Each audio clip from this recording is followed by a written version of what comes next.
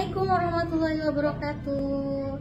Hai sahabat Arutala, hari ini Arutala kedatangan alumni SDN Pakayon Jaya 6. Dulu alumninya kelas 6-nya adalah kelas 6 Budiati. Kita kenalan dulu ya. Boleh kenalan dulu Kak Raisa. Halo semuanya, perkenalkan nama aku Raisa Tiara. Dulu sekarang ini aku lagi di SMA Negeri 2 Kota Bekasi, kelas 3 SMA, dan sedikit lagi aku lulus. Dan dulu aku di sama Budiati itu namanya bukan Arutala, dulu aku 62 Ananda ya. Nah Ananda itu dulu banyak tuh, kemudian beberapa tahun diganti 61 biar kalau Ananda kan sih katanya anak 62 biar jadi nanti menyeluruh digantinya Arutala. Arutala sendiri artinya menggapai cita-cita yang tinggi, amin. Yang Raisa kan udah lama ya, sekarang udah kelas 3 ya. Nah kebetulan di SMA 12 tuh di Kak Raisa ini masih dalam kurikulum 13 ya, artinya masih penjurusan ya, penjurusannya kalau nggak salah IPS ya. Nah tujuannya ke Pakayon 6 ini apain sih gitu sama adik-adiknya? Iya, jadi untuk tugas istilahnya itu ujian praktek atau UPRAK itu ditugasin sosiologi itu untuk, karena kita materinya lagi pemberdayaan komunitas, jadi kita itu disuruh untuk terjun langsung ke lapangan. Karena kelas 10-nya itu prakteknya udah bikin semacam seperti skripsi. Nah, sekarang pas kelas 12 prakteknya itu turun langsung ke lapangan. Jadi pemberdayaan komunitas nanti dibagi-bagi. Nah, kelompok saya mendapatkan tugas untuk ke anak SD.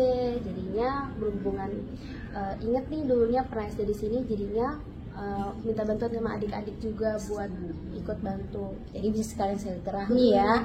Iya, karena nggak ada mantan guru ya. Iya, semua guru pasti akan ingat muridnya, muridnya juga pasti ingat. Nah, Kak Raisa nih kan kemarin kita ngobrol nih ya sama adik-adiknya tuh, pengen tahu Kak Raisa waktu di kelas 6-nya apa sih gitu yang bisa bikin ada nggak sih pengaruh ke relate hidupnya gitu ketika Kak Raisa dari SD terus ke SMP gitu, apa sih yang bisa diperoleh dari waktu di kelas 6 sama Bu Yati?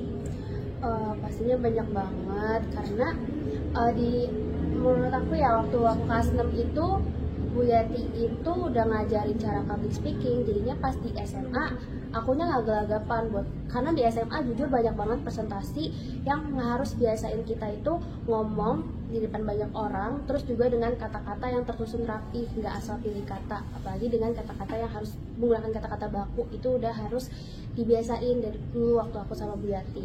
Terus juga rasa pede aja, maksudnya selagi kamu di jalan yang maksudnya ngerasa benar, terus itu positif buat kamu, pokoknya ikutin aja, terus jalanin aja gitu. Iya. Oke. Apalagi sekarang ya, zaman sekarang ya, kalau nggak kita yang dari diri kita sendiri ke circle yang ketemu yang gimana, kan kita akan ke bawah sendiri ya. Gimana sih Kak Raisa supaya bisa ketemu circle yang bagus, nggak kepengaruh dengan yang lain-lain gitu, bahwa saya harus bisa lebih baik gitu dari yang sekarang menjadi yang lebih baik lagi dari yang akan datang.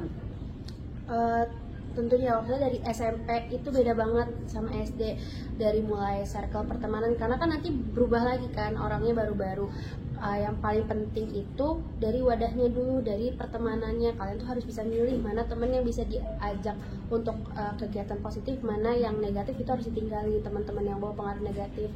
Karena dari pengalaman aku, teman-teman aku yang keseret sama arus globalisasi kayak pergaulan bebas segala macam waktu SMP, nanti kedepannya di SMA juga nggak akan jadi baik gitu. Karena menurut aku ya titik tonggaknya itu dari SMP. Di SMP harus udah banyakin aktif organisasi kayak OSIS, eskul. Nanti di SMA itu tinggal gembangin lagi gitu. Jadi kita udah ketemu dulu nih, kita fashionnya mau kemana gitu kan ya.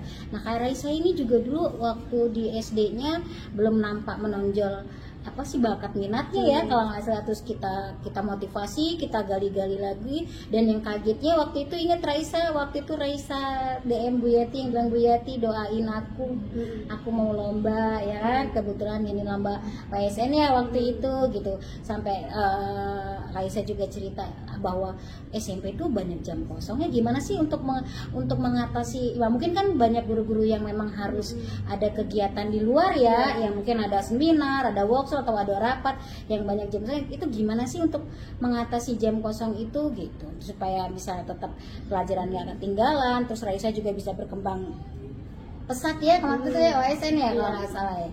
Gimana? Waktu itu kan aku COVID, itu juga memperburuk sih menurut aku. COVID itu pas mata pelajaran banyak banget yang ketinggalan.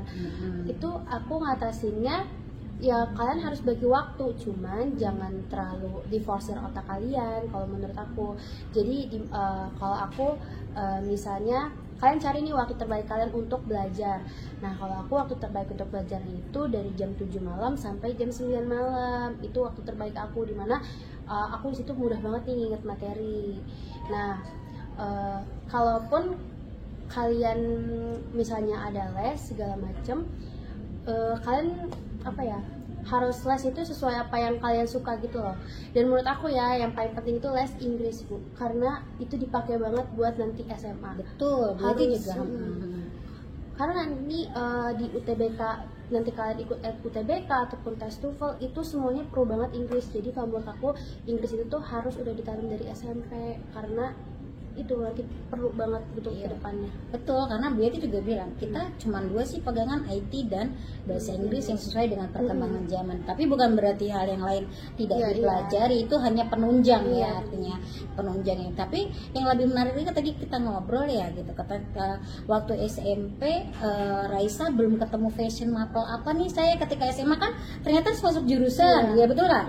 Ketika masuk jurusan, terus di SMP juga ketika Raisa mulai merasa kok aku fashion bukan di sini ya, ketika harus lomba OSN apa gitu, bisa nggak sih ceritain gitu kenapa pada akhirnya kan harusnya kan dari IPA begitu masuk SMA fashionnya ke IPS tuh gitu kan, gimana tuh? Dulu tuh aku waktu dari kecil sama papa itu disuruh jadi dokter. Terus juga aku waktu UN masih inget banget dapet 100 nilai aku UNTK. Terus kayak papa yang bilang dah dokter aja gitu, FKUI. Terus udah tuh sampai SMP aku mampu di IPA, aku bisa, maksudnya nilai aku juga bagus, selalu tertinggi. Cuman ketika ngejalaninnya itu kok nggak enjoy ya, ngejalaninnya tuh kayak sebenarnya mampu, cuman kok kurang happy ya ngejalaninnya. Beda pas mapel aku, pas aku belajar IPS itu, waktu IPS atau bahasa Indonesia aku ngerasa kok senang ya, aku senang nulis puisi, aku juga senang baca puisi, ataupun kayak misalnya setiap mapel IPS kok kalau hafalan perasaan lebih enjoy, lebih happy gitu. Terus waktu ketika aku masuk OSN IPA aku kalah. Nah tiba-tiba waktu ada Bekasi ulang tahun cerdas cermat itu aku sampai tingkat nasional, itu aku menang juara 3. Terus aku ngerasa waktu itu hafalin Bekasi sampai seluk-beluk, sampai jumlah titik wifi, jumlah toilet di stadion Bekasi itu harus dihafal. Itu bukunya tuh segini tebelnya, tebel banget. Tapi aku mampu, aku bisa ngafalin sebanyak itu sendiri, aku ngafalin cuman berapa minggu gitu. Terus aku merasa kok bisa ya IPS ya waktu. Nah pas SMA itu mulai penjurusan, pas penjurusan kata mama yaudah terserah gitu. Terus aku bilang tapi kalau misalnya ikutin IPA aku ngerasa kayaknya nggak yang bakal jadi terbaik gitu. Ya udah akhirnya aku belok ke IPS. Iya, jadi intinya bahwa memang untuk mencari fashion itu kita harus cari coba dulu yang ini, ketika harus sesuai dengan style kita ya. Jangan memaksakan sesuatu yang memang kita tidak senang ya. Jadi nanti kita jadi stres sendiri gitu. Jadi nggak harus yang ini loh kemauan ini, tapi memang apa yang ada di diri Raisa gitu kan ya. Jadi memang sebenarnya kalau menurut Bu Yati, jadi salah nggak sih ketika Bu Yati ngajar SD-nya ketika menurut Raisa gitu kan? Karena Bu Yati sendiri sih kepengen anak-anak ini sebenarnya semua punya kemampuan yang sama, ingat kan? Bu Yati tidak pernah, ini artinya bahwa kamu harus berani, jangan pernah namanya belajar tuh takut salah. Jadi mulai public speaking, kemudian kita banyak praktikumnya, kemudian kita banyak kegiatannya. Itu ternyata pengaruh nggak sih ke SMP-nya juga gitu. Masuk ke SMP-nya gitu nanti kamu dari mulai bergaulnya, dari mulai cara belajarnya ada apa ya namanya, relate-nya nggak sih gitu, pengaruhnya nggak sih? Pengaruh sih, karena menurut aku ya kita kan manusia, makhluk yang harus banyak interaksi sama orang. Aku juga kalau misalnya pun ngelihat orang itu dari cara dia berbicara gitu, apakah kelihatan kok cara orang yang emang punya wawasan yang luas ataupun orang yang memang minim gitu. Nah kalian yang masih SD nih, masih banyak apa nih waktu, triknya? kalian banyakin kalau baca buku. Tapi kalau misalnya kalian kurang baca buku, kalian bisa menggunakan mendengar. Jadi waktu SMA itu, waktu SMP aku nemuin cara belajar aku yang tepat, metode belajar aku yang tepat, yaitu aku lebih cepat belajar itu melalui listening. Jadi nanti aku suka baca, cuman kalau untuk lebih dengar, kayak misalnya nanti Bu Yanti ngomong apa, aku ingat itu lebih lama, itu aku pakai metode dengar gitu. Karena kan ada 3 metode belajar kan, ada yang membaca, ada yang mendengar, sama ada yang dari gerakan gitu. Nah kalian harus bisa nemuin belajar kalian yang mana, nanti kalian enjoy sendiri. Oke, Kak Raisa, makasih banyak infonya. Tapi nih kemarin kan kita ngobrol nih, Kak Raisa, ada beberapa yang tadi gak sabar sebenarnya. Baca di note juga kan, ada yang beberapa yang tanya, Kak Raisa itu inspirasi karena mereka salah satunya trik tadi ya. Jadi gini, kalau untuk gaya belajar itu berarti ikut style kamu mau macam gimana gitu kan. Mau bisa dari mendengar atau melihat, apalagi sekarang kan kalau ngajar sudah bisa pakai infocus, atau memang kamu senang dengan konteks praktik langsung gitu kan ya. Jadi bermacam-macam cara ya gitu. Salah satu caranya Raisa adalah karena Raisa senang mendengar, maka apa yang didengar itu yang diingat. Dan jangan lupa apa namanya, rajin membaca ya, rajin baca, senang baca, dan jangan pernah ragu untuk mengungkapkan pendapat. Benar nggak sih Kak Raisa ya? Karena banyak nih kata Kak Raisa udah mulai krisis, banyak cowok-cowok ya yang jarang untuk berbicara sebagai public speaking ya gitu. Kelas bahkan didominasinya itu sama perempuan tuh biasa lebih berani untuk maju, lebih berani untuk ngomong, ngasih pendapat. Kalau cowok-cowok zaman sekarang yang di SMA aku ya, maksudnya di kelas aku tuh kurang gitu untuk berani ngomong. Sebenarnya mereka mampu, cuman nggak pede gitu, aku takut diledekin, nggak kayak gitu. Sebenarnya harus belajar. Nah nih kita mau tanya-tanya ya tuh dari Ananda Evran nih, dia tanya nih, apa sih motivasi kakak agar semangat belajar? Tuh, menurutnya gimana? Motivasi, kalau menurut aku ya, ilmu tuh kan nggak akan pernah ada yang sia-sia. Apapun ilmunya menurut aku itu bakal bermanfaat dimanapun kita berada. Jadi kalau misalnya nggak belajar, menurut aku kehidupan nanti kita besar gimana gitu loh. Karena semakin kita semangat belajar, semakin ilmu banyak yang kita dapat, insya Allah nanti pekerjaan kita juga semakin baik gitu, kehidupan kita juga semakin bagus. Nah ini pertanyaannya agak gini nih, ini memang yang lagi dibahas yang banyak ya. Apakah Raisa pernah dibully? Terus gimana sih rasanya dijauhi teman? Terus gimana menyikapi pembulian itu? Karena kan banyak nih anak-anak yang baperan, ya nggak sih? Dibully, waduh gimana? Terus gini. Padahal namanya kita hidup nggak bisa menyetop satu-satu orang ya. Tapi yang penting adalah menurut Bu Yati sih mental kita yang harus kuat. Kalau kita ngadepin satu, yang satu bunyi, yang satu gini. Ya fondasinya kalau menurut Bu Yati sih selalu bahwa mental kita yang harus kuat. Bener nggak sih? Kalau menurut Kak Raisa gimana? Sama, kalau dulu tuh waktu SMP aku pernah dibully gara-gara aku nih orangnya kan aktif ya, tapi banyak biasa Bu cewek-cewek kan kelas ini gitu ya, terus dengan itu ceritanya dengan ngatain fisik segala macam, terus dengan ngatain warna kulit segala macam. Terus aku pernah sampai nangis, ngedown gitu. Terus aku cerita ke mama, karena kan apa-apa cerita ke mama. Terus kata mama sama kayak Bu Yati, kita cuma punya 2 tangan, dan 2 tangan itu nggak bisa nyetop banyak mulut. Yang kita harus lakuin itu adalah tutup telinga, tetap lakuin apa yang disuka. Karena kalau misalnya kecantikan atau fisik itu tuh masih bisa dirubah, tapi kalau otak, wawasan itu susah buat dicari. Tuh apalagi ya. Oh ini ada lagi, maksudnya banyak sih, tapi yang mewakili aja yang kira-kira lagi nih. Ini kan biasa, kamu waktu pertama kali masuk kelas 6 kan gue itu udah terkenal ya. Terkenal tegas gininya. Terus dia ada pertanyaannya, kakak awal masuk kelas 6 dapat gurunya Bu Yati, gimana perasaannya kak? Aku sih gini, tipe orangnya kalau misalnya sama guru ya aku anggap semua guru sama ya, harus tetap dihormati sama dihargai ya.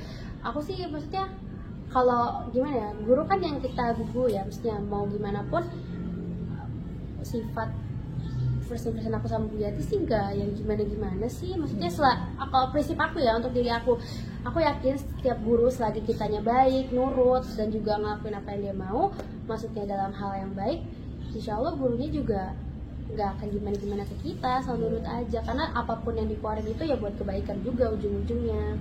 Iya. Dan itu berasa ya buat Raisa ya, gitu. Rasanya ya memang kalau Bu Yati emang disiplinnya kuat kan, enggak bukan cuman ini, emang dari zamannya dulu juga Neng Raisa juga ngerasain disiplinnya gimana ya Neng Raisa ya gitu. Terus Bu Yati juga mau berusaha untuk menggali kamu. Kita ingat nggak Raisa, kita harus bikin waktu itu kita mau perpisahan, kita bikin acara ya gitu ya. Kan bentuk sama UN juga. Kebetulan itu kan, terus kita coba kerja sama bareng. Jadi memang ya kalau bukan guru galak kali ya, tegas mungkin ya. Lebih ke ini sih Bu, cepat Iya. Itu rasanya. Nah, itu efek banget loh guys. Kayak dulu kan waktu itu tematik Bu Yati itu suruh kita nyelesain buku tema itu kan. Itu jadi kecepet. Jadi aku kalau ngerjain soal apa nggak pernah aku tunda, aku selalu cepet. Karena menurut aku semakin ditunda semakin banyak gitu. Jadi memang ada pertanyaannya, bener nggak sih Kak Raisa waktu sama Bu Yati gitu kan, waktu itu Bu Yati sempat baca suratnya Raisa ya, katanya bahwa Bu, aku belajar itu karena dari SD aku udah terbiasa gini, ketika aku menghadapinya suruh presentasi ke depan, suruh ini, suruh itu, aku udah terbiasa gitu. Bahkan menghadapi guru dengan karakter guru yang mulai dari yang lembut sampai yang tegas ya kita udah biasa aja, udah karena sudah terbiasa dengan yang disiplin.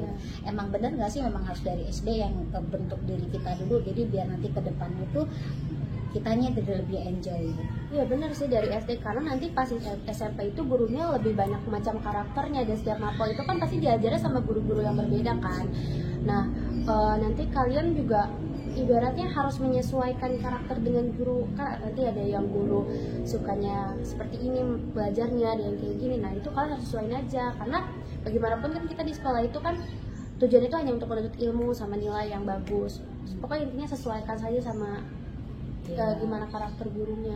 Ya artinya memang itu ya belajar sosiologi ya pengaruhnya ya. Jadi harus belajar gimana sih cara menghadapi orang, jangan dibuat stres dan takut duluan ya. Kalau kata bapak tak kenal maka tak sayang ya kan. Nah udah terima kasih banyak ya ilmunya Raisa ya, minta tolong dong gitu buat adik-adiknya sama sahabat-sahabat Arutala nih kan mau ke SMP tadi.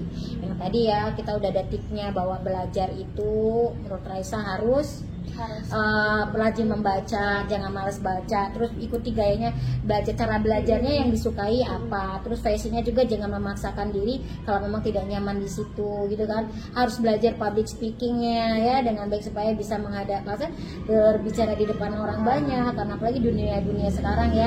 Terus yang ketiga banyak lagi aku tuh bahasa Inggris sama IT-nya. Nah prestasi apa sih yang udah diraih Kak Raisa selama ini? Aku SMP itu yang sejar sermat, alhamdulillah juara 3. Terus aku dari SMP juara 3 tingkat apa nih? Nasional. Terus SMP juga alhamdulillah aku jadi nilai tertinggi lulusan terbaik SMP 12 di angkatan aku. Angkatan berapa ya tahun gitu? Lupa ya. Udah 3 tahun yang lalu. Terus waktu SMA dari kelas 10 sampai kelas 12 aku alhamdulillah selalu ranking 1. Amin. Selalu ranking 1. Terus waktu ini kemarin SMA itu aku coba hal baru Bu. Aku biasanya kan cuma akademik. Di sini aku mau coba non akademik SMA. Aku ikut cheerleaders. Alhamdulillah aku sampai juara 5 besar di kejuaraan daerah. Dan aku jadi ketua umum cheers. Gitu. Tapi di duta tuh Bu Yati nggak salah dengar? Iya, itu juga duta hukum nasional. Duta hukum nasional itu ngapain? Jadi SMA 2 itu tuh punya semacam organisasi, intinya itu untuk menyalurkan muridnya itu untuk jadi duta. Nah, duta itu tuh nanti SMA kan banyak guys, ada duta lingkungan, duta literasi, nanti itu diadu Bu tingkat kota, tingkat nasional gitu. Nah, alhamdulillahnya aku lolos sebagai duta hukum nasional yang sebagai duta SMA Negeri 2 Kota Bekasi gitu. Ya artinya oke, Sejawa banget Barat ya. Nah artinya gini loh, nah artinya menurut Betty ya, bahwa dulu kan waktu di SD belum bisa dikembangkan, bukan berarti tidak mampu atau nggak bisa kan, berarti memang harus dari kitanya bahwa kita bisa, ya kita mampu gitu kan, bukan tidak ada yang tidak mungkin ya kan. Dulu begini ternyata di SMP lebih maju, berarti kan tergantung dari kemampuan dan keinginan kita untuk menjadi lebih baik lagi. Oke. Kesan-kesannya dong, udah tadi kerja sama ada bareng kerja sama kolaborasi. Jarang loh kolaborasi SMA bikin ini sama adik-adiknya. Jadi adik-adiknya pengen semangat juga kan, tadi sudah banyak kata-kata apa ya tadi ya, bikin refleksi tadi kan gitu. Apa nih? Adik-adiknya menurut aku seru sih, maksudnya apa ya, bukan yang tipe yang diem ya, yang gak jaim gitu. Terus banyak ternyata yang kreatif juga, asal nanti tinggal dikembangin lagi. Tadi juga ternyata aku kaget, bahkan ada cowok yang kreatif banget gitu, itu nanti harus lebih digali lagi tuh biar bisa masuk apa sih namanya kalau menggambar itu, pokoknya FTSD iya, apa ya, FL2SN. Iya, FL2SN itu harus dikembangin. Terus tadi yang maju ke depan itu juga public speakingnya dilatih lagi biar bisa, mungkin nanti kuliahnya masuk ilmu komunikasi. Iya, gitu. SMA ya gitu ya. Jadi tidak ada yang tidak sia-sia ya, semua diawali dengan niat ya, niat dulu ya kan, betul nggak Kak Raisa ya, niat dulu. Nah tadi udah dapet triknya kan nih, yang mau ujian nih trik belajarnya tadi jam 7 sampai jam 9 waktu terbaiknya ya. Iya, kalau aku. Kalian kalau kalian temuin jam berapa? Aku juga kadang misalnya buat yang muslim, aku biasanya habis sholat tahajud gitu. Aku tuh bahkan subuh tuh lebih encer otak aku. Kayak misalnya habis sholat tahajud misalnya jam 3, setengah 4 tuh biasanya aku ngulang lagi materi gitu. Iya, berarti memang ada gayanya masing-masing ya. Jadi kita nggak bisa mungkin waktu ternyamannya kita deh, kapan kita nyamannya gitu. Tapi bukan berarti kita begadang terus enggak. Apalagi kalau kata menteri yang sekarang adalah dimulai dengan tidur tepat waktu. Tidur tepat waktu kan bangun jam 3 itu kan tidur malam jam 9, jam 3 itu memang dan sholat tahajud kan. Artinya bukan kita bersengaja untuk begadang ya. Jadi jam 3 itu sholat tahajud dulu. Nah, yang lain jangan lupa tinggalin. Pertama paling penting adalah jangan lupa tinggalin sholat, terus belajar apapun kondisinya ya. Terima kasih ya Kak Raisa. Nanti mudah-mudahan next kita ketemu lagi, kolaborasi lagi ya. Mudah-mudahan cita-citanya nanti masuk perguruan tingginya tercapai. Semua sama teman-temannya juga. Terima kasih banyak. Mudah-mudahan apa yang nanti kita bicarakan bisa bermanfaat untuk adik-adiknya semuanya ya. Ya, terima kasih dah. Sampai jumpa sahabat Arutala. Ketemu lagi nanti next videonya. Assalamualaikum warahmatullahi wabarakatuh.